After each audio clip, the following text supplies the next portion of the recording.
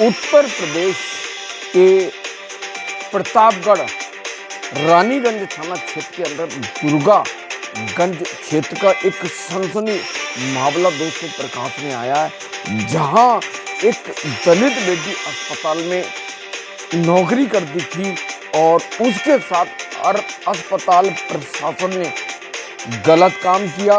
आरोपी के खिलाफ पुलिस को कार्रवाई करना था। जिस बेटी के साथ गलत काम किया और उसके साथ दोस्तों हत्या कर दी, ये परिजनों का आरोप है, ये ग्रामीणों का आरोप है, ये परिवार के लोगों का आरोप है।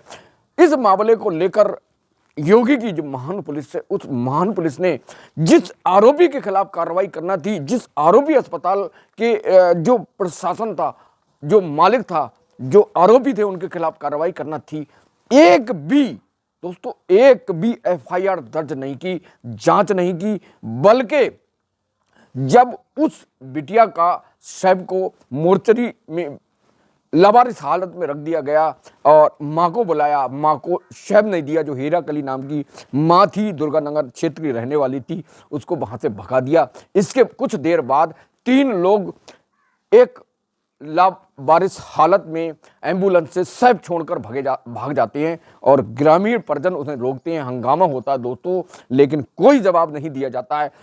योगी सरकार, योगी प्रशासन लगातार अस्पताल प्रशासन को इसलिए बचाने की कोशिश करता है। जो पीड़ित बेटी थी वो दलित थी और उस बेटी के साथ गलत काम करके उसकी हत्या कर दी गई। ये आरोप लगाया परिजन ने। मेडिकल होना चाहिए, पोस्टमार्टम होना चाहिए, एफआईआर दर्ज होना चाहिए। पुलिस ने किसी कार्रवाई को प्रोसेस नहीं किया। यही मांग थी। जो भीड़ थी दुर्गागंज में, वहां पर जो रानीगंज क्षेत्र का एरिया है, वहां अस्पताल था और प्रशासन से मांग कर रहे थे परिजन और ग्रामीण कि भाई एफआईआर दर्ज हो, आरोपी के खिलाफ मेडिकल हो, पोस्टमार्टम हो।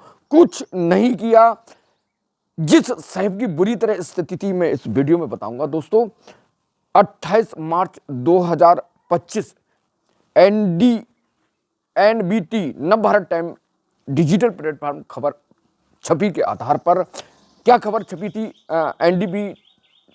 एनबीटी जो प्लेटफॉर्म है नवभारत टाइम का, उस पर लिखा था प्रतापगढ़ में प्राइवेट अस्पताल में काम करने वाली लड़की की मौत पर हंगामा, ग्रामीण ने लगाए रेप और हत्या का आरोप, लेकिन पुलिस को एफआईआर दर्ज करना चाहिए था। पुलिस ने एफआईआर दर्ज नहीं की।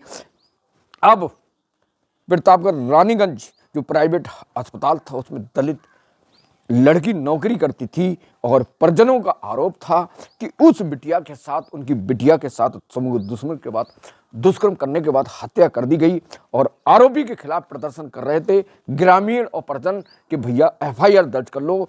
जिस योगी पर भरोसा है, जिस योगी 2024 में चैलेंज दिया गया कि भैया यूपी जीत कर लाना है, 80 सीट जीत कर लाना, जो बुरी तरह यूपी में समाजवादी से हार गए, तब से योगी को गुजरात लॉबी और भाजपा निशाने पर लिए हुए और योगी ने खुद कह दिया है कि उन्हें हटा दिया जाएगा।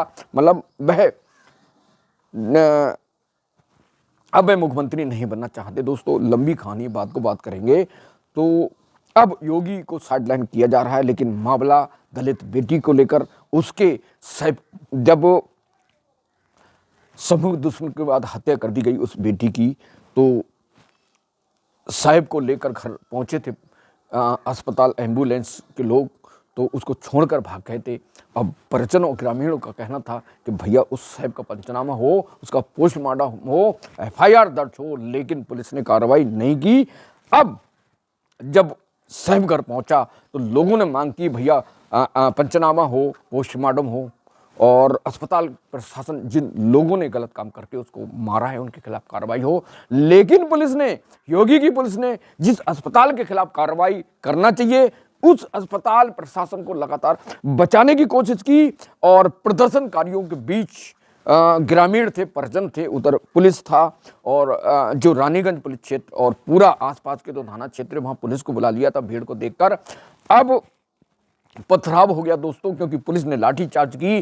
पुलिस को कार्रवाई करना चाहिए। पुलिस, जो लोग कार्रवाई की मांग कर रहे थे, उस कार्रवाई की जगह उनको लाठी बजा दी थी और साहब को देखकर लग रहा था, जो रिपोर्ट है एनडीटीवी की, उनके अनुसार साहब पर गहरी चोट के निशान थे, पोस्टमार्टम होना चाहिए और पंचनामा कुछ नहीं। परिजनों ने अस्पताल प्रबंधक के जो मालिक थे, जो मैनेजर थे, डॉक्टर अमित पांडे, कर्मचारी सुनील, विद्यासागर, शहनवाज पर सामूहिक दुष्कर्म हत्या का आरोप लगाया, जिसको लेकर जब घर साहब पहुंचा था तो मृतक के परिजन ग्रामीण साहब को लेकर सड़क पर प्रदर्शन कर रहे।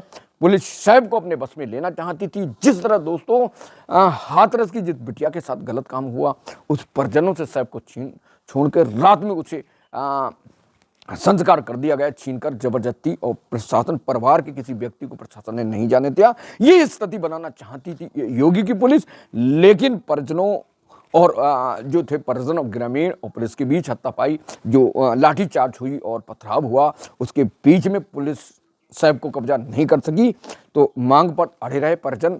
अब पुलिस आरोपी को बचाने के लिए साहब को कब्जा में लेना चाहती थी। आरोपियों के कई आरोपी जो उनके एफआईआर दर्ज कराना थे, लेकिन पुलिस ने नहीं की, न मेडिकल किया और न ही पंचनामा भरा दोस्तों। तो इस कारण परिजन नाम थे, एससी के व्यक्ति और जो दबे कुचले कमजोर लोग हैं। ये बात सच है बिल्कुल। ये केस जो हम कवर कर रहे हैं, इसमें साफ हो जाएगा कि किस तरह योगी की पुलिस, उत्तर प्रदेश सरकार दलितों के केस पर ध्यान नहीं देती है। पुलिस की लापरवाही के चलते इतना बड़ा कांड हुआ, और जिन लोगों ने प्रदर्शन किया, पुलिस ने उन्हीं का वीडियो बनाकर, सीसी फुटेज बनाकर 150 से 200 लोगों के खिलाफ मुकदमा पंजीकृत करा। धारा BNS 191(2), 191(3) और 190, 109(1) और 352, 351(3), 151(1) और 131, 131। तो दोस्तों ये जो एफआईआर दर्ज की कॉपी हमने निकाली है, इसके आधार पर जो एसआई थे अमित कुमार सिंह द्वारा एफआईआर दर्ज करा गई। और एफआईआर दर्ज में क्या लिखा है वो भी मैं आपको बता दूं दोस्तों। एफआईआर में लिखा है कि दुर्गानगर रोड पर मृतक शैब का प्रदर्शन जनमानस को अवरोध हुआ, और प्रदर्शनकारी पुलिस और हॉस्पिटल संचालक के खिलाफ नारेबाजी कर रहे, हॉस्पिटल को आग को हवाले करने की कोशिश कर रहे थे।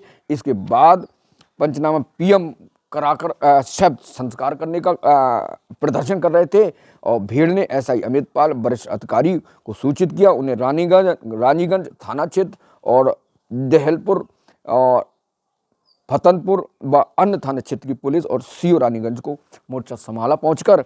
अब भीड़ और परिजनों के बीच में, पुलिस के बीच में टकराव हो गया, पत्थरबाजी की, पुलिस ने लाठीचार्ज की, वीडियो वायरल हुई। उसी अनुसार पुलिस ने 150 से 200 लोगों के खिलाफ एफआईआर दर्ज कराई। दोस्तों वीडियो में बाकायदा सीओ जो रानीगंज थे के साथ साथ एक जगन पुलिस कर्मी जख्मी हुए दोस्तों। तो ये निवेदन करना चाहेंगे अपने TPN 20 न्यूज़ के माध्यम से कि अगर आपको न्याय नहीं मिल रहा, कोई भी सरकार, कोई भी पुलिस आपको न्याय नहीं दे रही है, तो कोर्ट का शरण लें, और कोर्ट और पुलिस न्याय के लिए जरूर, लेकिन कानून को हाथ में नहीं लें। जिस तरह कानून को हाथ में लिया है कि आपको कार्रवाई अस्पताल प्रशासन के कार्रवाई के खिलाफ कार्रवाई कराना चाहिए था, लेकिन पुलिस ने उन्हें बचाने का काम किया।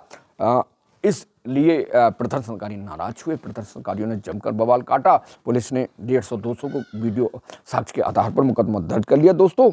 तो अब पुलिस इस मामले में जो पीड़ित थे उनको न्याय के लिए एफआईआर दर्ज करना चाहिए, और उन्हीं के खिलाफ उल्टी एफआईआर दर्ज हो गई दोस्तों। जिस दलित बेटी के साथ गलत काम हुआ, उसकी हत्या कर दी थी, पुलिस को एफआईआर दर्ज के आगे की कार्रवाई का भरोसा दिलाना चाहिए, लेकिन पुलिस ने दोस्तों कुछ नहीं किया, और इसी कारण इतना मामला बढ़ा दोस्तों। तो एफआईआर दर्ज की कॉपी जो हमने निकाली है, उसके आधार पर आपको कंटेंट बताया है, जो अमित पाल सिंह एसआई ने मुकदमा दर्ज कराया दोस्तों। तो किस तरह एससी के लोगों को जानबूझकर टारगेट किया जाता है, और बड़ा कोई आदमी होता है तो उसको पुलिस बचाने का काम करती है, और गरीब के साथ अन्याय बार बार योगी वादा करते हैं, चैलेंज करते हैं कि यूपी से गुंडे माफिया भाग गए। तो दोस्तों ये कौन से गुंडा माफिया हैं, और बेटी की हत्या हो रही है और गलत काम हो रहा है, समूह दुष्कर्म हो रहा है, पुलिस को एफआईआर दर्ज करना चाहिए। इसकी जगह उन्होंने जिला अस्पताल प्रशासन, जो प्राइवेट अस्पताल था, उसको बचाने की कोशिश की। तो कमेंट करके बताएं जो प्रतापगढ़ रानीगंज थाना क्षेत्र को दुर्गागंज का जो अस्पताल है, कि उस के खिलाफ कार्रवाई होना चाहिए नहीं? पुलिस ने कार्रवाई की, पुलिस ने एफआईआर दर्ज नहीं की, क्या सही काम किया? क्या जानबूझ के दलित व्यक्ति, दलित बिटिया के साथ जो अन्याय हुआ उसकी एफआईआर दर्ज नहीं की कि वो दलित है? इसी तरह बनारस में शिवम सोनकर पीएचडी के एडमिशन की मांग कर रहे हैं दोस्तों, लेकिन उसकी सुनी नहीं जा रही। इससे साफ हो रहा है सरकार दलित व्यक्तियों के, दलित समुदाय के लोगों के प्रति सचेत नहीं है, उनको न्याय दिलाने के लिए पूरी तरह सक्षम नहीं है। अगर न्याय दिलाने के सक्षम होती तो उम्मीद थी कि योगी का फोन जाता, पुलिस डीजीपी ऑफिस से फोन जाता कि मामला पंजीकृत करो और जांच करो, लेकिन पुलिस ने मुकदमा दर्ज कर, आरोपियों के खिलाफ मुकदमा दर्ज करने की बजाय पीड़ित के ही खिलाफ मुकदमा दर्ज किया।